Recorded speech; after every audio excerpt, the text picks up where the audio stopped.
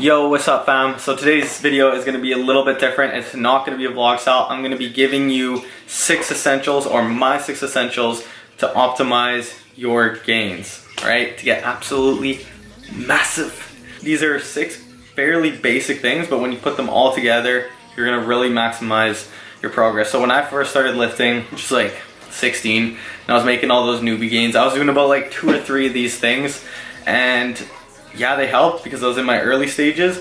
But once I started to hit the plateau, that's when I kind of started doing my research and was like, hey, how can I actually progress and make those same gains that I was making before, which obviously never happened because newbie gains are just unreal. You're gaining like 20 pounds in a year. When I started putting all these 6 things together, that's when I actually started to see more progress and getting more muscle density and just, you know, naturally getting it. Because these things that I'm going to be telling you are extremely helpful if you're a natural bodybuilder, because at the end of the day you need to maximize all the things you're doing to keep on progressing and building that muscle. I'm going to name off these first 3 because they kind of go hand in hand. So there's sleep, recovery, and stress. So I'm going to start with the sleep. It's super important. They say that sleep is for the weak. Not when you're a bodybuilder, not when you're trying to make gains. You need that 8 hours for your body. If you're lifting heavy and you're doing hypertrophy and you're tearing your muscles, your body is growing the most when you're sleeping. So your body actually goes through a natural sleep cycle, which is usually 90 minutes.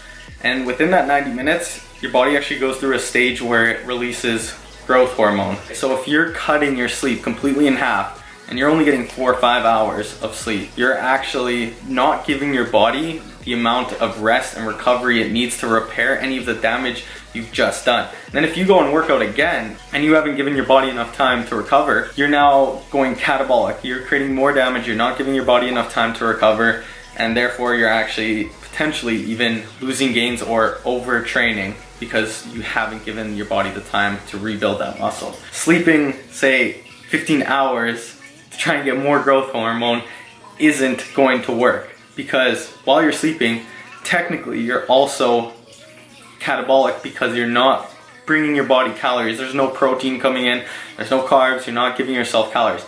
So the ideal window is roughly 7 to 8 hours because you also need to get up to feed your body and give it energy.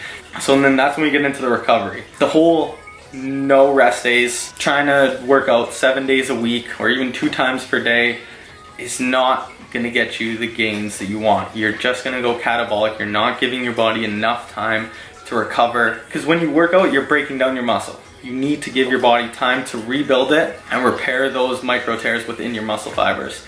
So taking a rest day is good. That's actually when you are growing the most. When you're in the gym, that's when you're breaking down your muscle.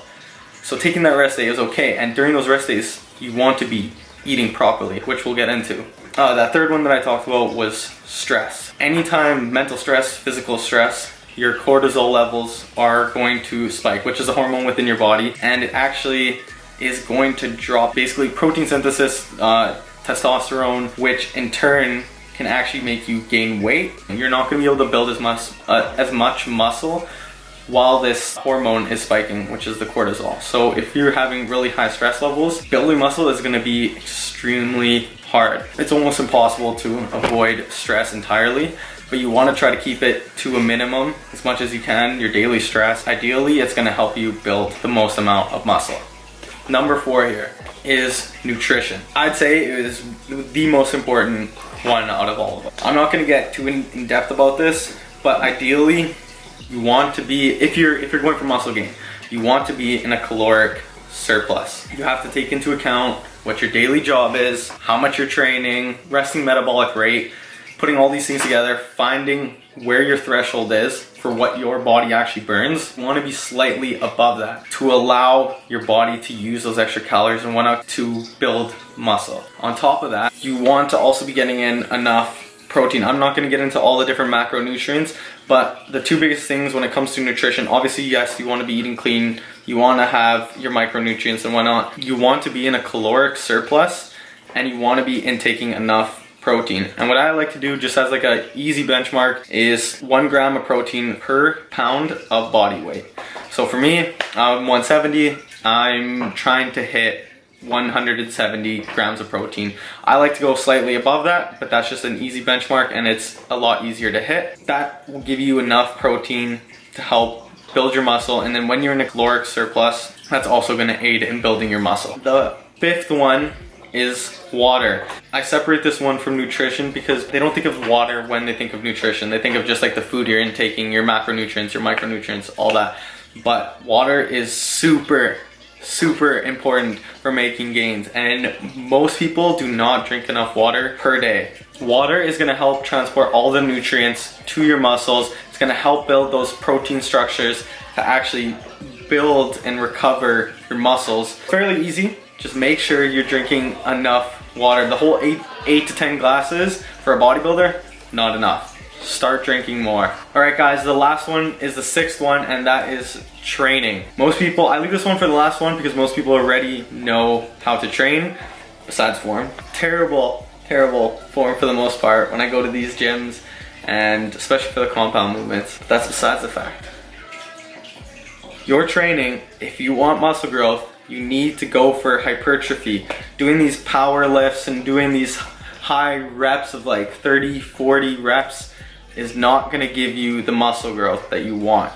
You want to create a program that's highly orientated around hypertrophy. You also want to work on your strength because then you can implement that into your hypertrophy workout. So when you're doing those 8 to 10 reps, you're stronger, which therefore you're getting a better contraction, making more muscle tears, ultimately growing your muscles a lot more. You also want to be taking those rest days, but you want to be going minimum, I would go 5 days a week. When you really focus and put all of these things together and try to do them to your best of your ability, the progress that you will see is way better. I saw it for myself when I was younger to what I do now. The progress you get is amazing. If you guys enjoyed this video and you took something away from it or is valuable to you, please give this video a thumbs up. And if you're new to the channel, please hit that subscribe button. I'd really appreciate it, guys. And yeah, get fucking massive